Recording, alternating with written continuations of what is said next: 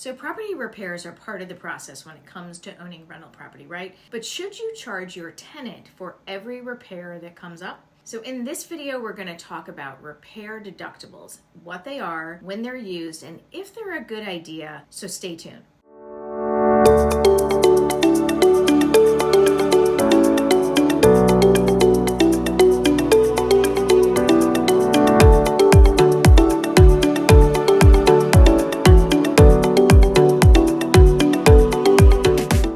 Interested in up-to-date information and getting the inside scoop when it comes to managing your rental property? If you are, I hope you'll subscribe to our channel, and you know the drill. If you hit the bell, you'll be notified every time we release a new video. Okay, so we recently took over some properties from another management company, and I've been seeing a lot of leases that are different than ours. A lot of them that have repair deductibles that are charged to the tenant. And I had an interesting conversation recently with a landlord about the very same subject, and so I thought this was a good topic to share with you and give you all some food for thought when it comes to this subject. My name is Sue Richey. I'm the owner of a residential property management company in Northern Virginia, and we manage now almost nearly 1,000 properties for investors. So I'll tell you, in my 25 years in this business, there is always something new that comes up, new situations, and that's the kind of stuff I want to share with you on this channel. Okay, so let's get to today's topic. First of all, what is a repair deductible? Let's talk about that. Basically, it's a dollar amount that someone, and that someone could be the owner, it could be the tenant, but it's the amount that someone needs to pay when a repair is made. It's the first payment, basically. So one place that you commonly see this is when you're using a home warranty. A home warranty is a kind of insurance policy. It's a sort of for your major systems in the home, your heating, your plumbing, your electrical, cooling, appliances. Generally, they have, an annual premium. And then if something breaks, you're responsible to pay that deductible, which could be anywhere from $75 to $100, and then the rest of that repair is done and completed. Sounds great, right? Well, unfortunately, it always doesn't work as smoothly as that with home warranties. And if you're not sure if you should get a home warranty for your property, then you should check out this video here, where I talk about home warranties in a lot more detail and whether it's worth it for your property, especially for your rental property. Okay.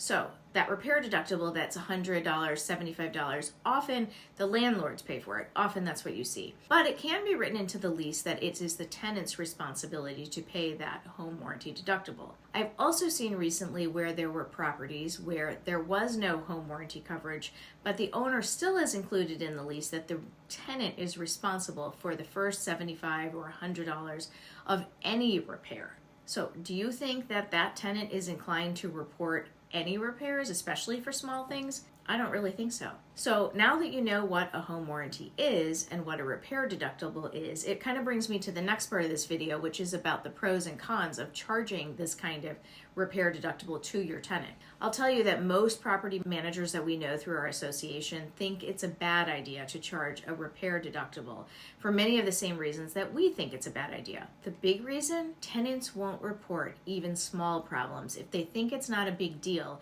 and they really don't want to pay that $75 or $100. And do you really want your tenant to be the one that's making that determination whether it's a big deal or not?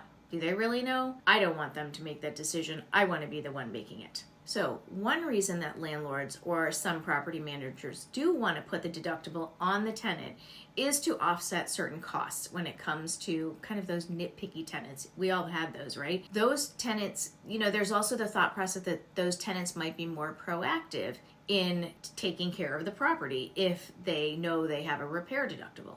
Personally, I don't really think that makes sense. And just because a tenant asks for some kind of a repair to be made doesn't mean that you as the landlord have to do it. If it's cosmetic in nature, if it's not something urgent or safety related, you can tell them that you'll take it into account and do it maybe sometime in the future. Also, I think a proactive tenant is going to report problems to you that you can deal with sooner than later and have something that's small that might cost you $100 now not turn into something that's a lot bigger later that could cost you potentially thousands of dollars. No one wants that. So I would rather have that tenant be the one to call me and be not afraid to call me because they're afraid they're going to have to spend money. Also, it's probably pretty obvious, but tenants don't like these kinds of repair deductibles. Who would? And often when they sign the lease, they don't really understand what they're getting into, when honestly, A lot of tenants don't even really read the lease in great detail as they should. But tenants also they don't know the condition of the systems in the home when they get it. They don't know how old the appliances are, if they're problematic. And so when they start getting these repair deductibles, guess what? They don't really want to stay. When that lease comes to an end, they're going to leave. And if they leave, it's going to cost you a lot more money than if you had just paid for these repairs themselves. And it's really not the tenant's job to maintain your home and to fix the things that are your responsibility. Now, that said, there are definitely some categories of repairs that are a tenant's responsibility. In our lease, for example, things that relate to drains or disposals or clogged toilets, those are completely charged to the tenant. No one else is living there. No one else has put stuff down those drains. And it's clear in our lease that if there is a repair of this nature, then it is going to be 100% the tenant's responsibility. Unless, of course, it's some other major thing like some kind of an outdoor underground sewer or something that backed up that's out of the tenant's control. But normal usage of household drains, those are tenant-caused problems, and they will be responsible. In addition, our lease also identifies things like pests, bugs. Those are tenant responsibilities too. Our lease says in the first 30 days when a tenant moves in, the landlord will cover them because there might be something when the house was vacant or from a previous tenant. But once it's been cleaned and it's ready to go and a tenant's been living there and 6 months down the road, there's ants and roaches and stuff like that, that's a tenant charge. So we're not afraid to push some responsibility back on a tenant, but we're just talking about deductibles now. Okay, so those are the sorts of things we do in our business, and I'm always going to give you my professional opinion and share it with you in these videos based on my professional experience. But at the end of the day, you need to make the decision that's right for you and for your property. But I feel like it's my job to educate you on things that I become aware of and situations we encounter, what we feel like is working and what's not. But again, you decide what you need to do. And remember too, that as a landlord, you have to budget money for repairs and maintenance, right? It is part of the process of being a landlord and being a homeowner in general.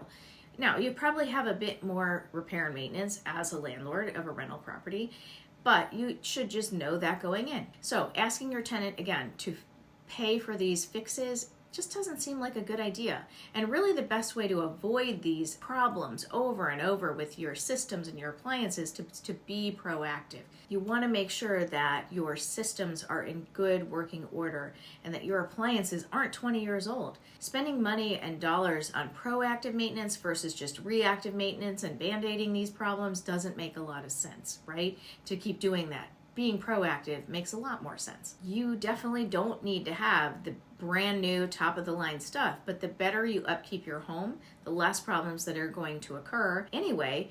And just by you being proactive, you don't have to worry about those extra few $100 you might get from your tenant for a repair deductible when you should just be focusing on the big picture of maintenance in general. So I promise it will pay off in the long run. It will keep everyone happier. So I'd love to hear what you're doing when it comes to repair deductibles. Do you have them in your leases? Do they work for you or are they causing problems? And would love for you to share that in the comments below.